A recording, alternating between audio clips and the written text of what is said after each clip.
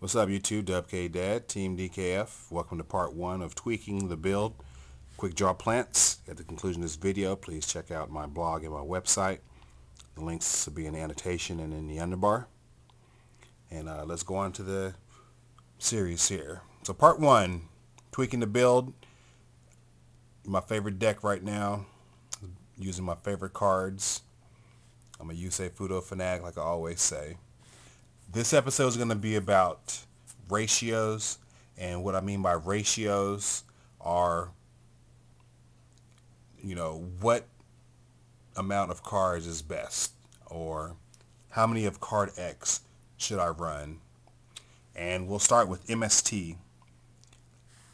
MST is at 2 right now.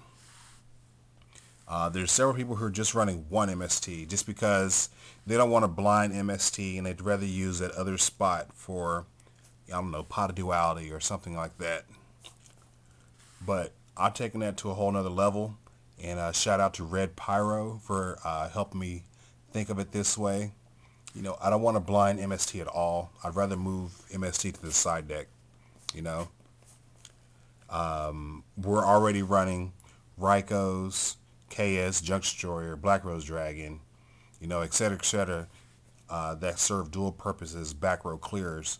So why bother with MST? Those cards can be better served, or those slots can be better served with tech pieces, especially when we run Cold Wave, Giant Trunade, and Double Trap Stun. Why do we need 6 cards to handle back rows? It's overkill, especially when we have monsters that can do it as well. So if you're facing something like Skill Drain or Oppression, sideboard these in. But in the meantime, these 4 pieces should be enough to get the job done, in addition to what your monster effects can do. Debris Dragon and Quickdraw Synchron. I had been struggling over the perfect ratios for these guys for the tournament. I ran 2 and 2. But now I'm convinced that Debris Dragon is the more important tuner. And I say that with a heavy heart because this is my favorite monster. But this is a one-card solution to many situations, whereas you ideally want to ditch Dandelion.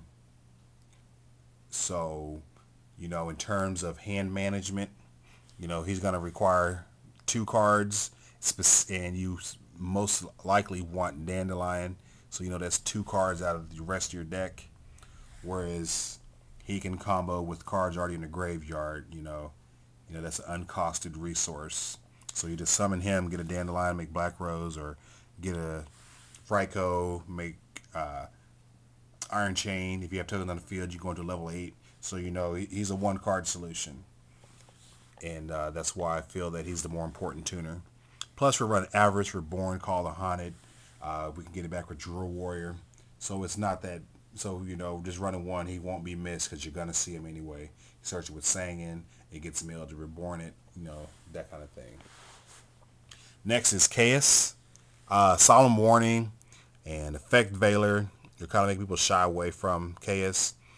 I was able to get away with running 3 at the regional because I knew people didn't have Veilers and Solemn Warnings.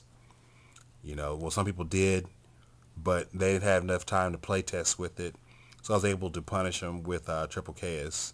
Now that there's something to net deck, namely YCS Toronto, shout out to Lazaro for winning that event. But Veiler was in everything. Even if they ran Skill Drain, it seems like they was running Veiler. So yeah, I don't think KS would be so hot anymore. Not at 3 anyway. So I'm just going to run 2. And I think that 2 gets the job done. I'm going to force them to have the Solemn Warning, force them to have the Effect Veiler. And if they do, then that means they're not wasting it on my Quick Draw, whatever I synchro into with Quick Draw, or when I drop Debris Dragon. Force them to burn that out. Finally, Solemn Warning. 2,000 life points is pretty steep. That's why I was just running the Tech 1. But I've seen people run 3. Running 3 ensures that you see it, But I mean, geez, if you top deck that late game when you're around 2,000 life points, that could hurt. So I think we're just gonna run two. That this is in addition to your bottomless trap holes and torrential. I would not run deep prison. I would run solemn warnings. I'm just saying. If you don't have solemn warnings, I really wouldn't run deep prison because everybody's running trap stuns and cold waves and Hunley and black rose. I would much rather run compulsory because at least it's chainable. So you can stop the Hunleys and black roses for the most part. So those are my thoughts on that. And this has been part one of ratios. I hope you guys understood some of the things I was saying. Leave your comments below about what you think about ratios. I'm always working on the deck, tweaking it, testing it against the best decks in the format. Thanks to my team and friends of the team from locals. And so things will change. But right now, this is what I'm liking. And I think that this is going to become the template soon. So again, stay tuned next week. We're going to be talking about tech cards. I'll explain what tech is and explain why some pieces of tech are good, why some pieces of tech are meta calls, and why some pieces of tech are just necessary. Also, I got my Amazonas deck complete, and I almost got my counter fairies complete.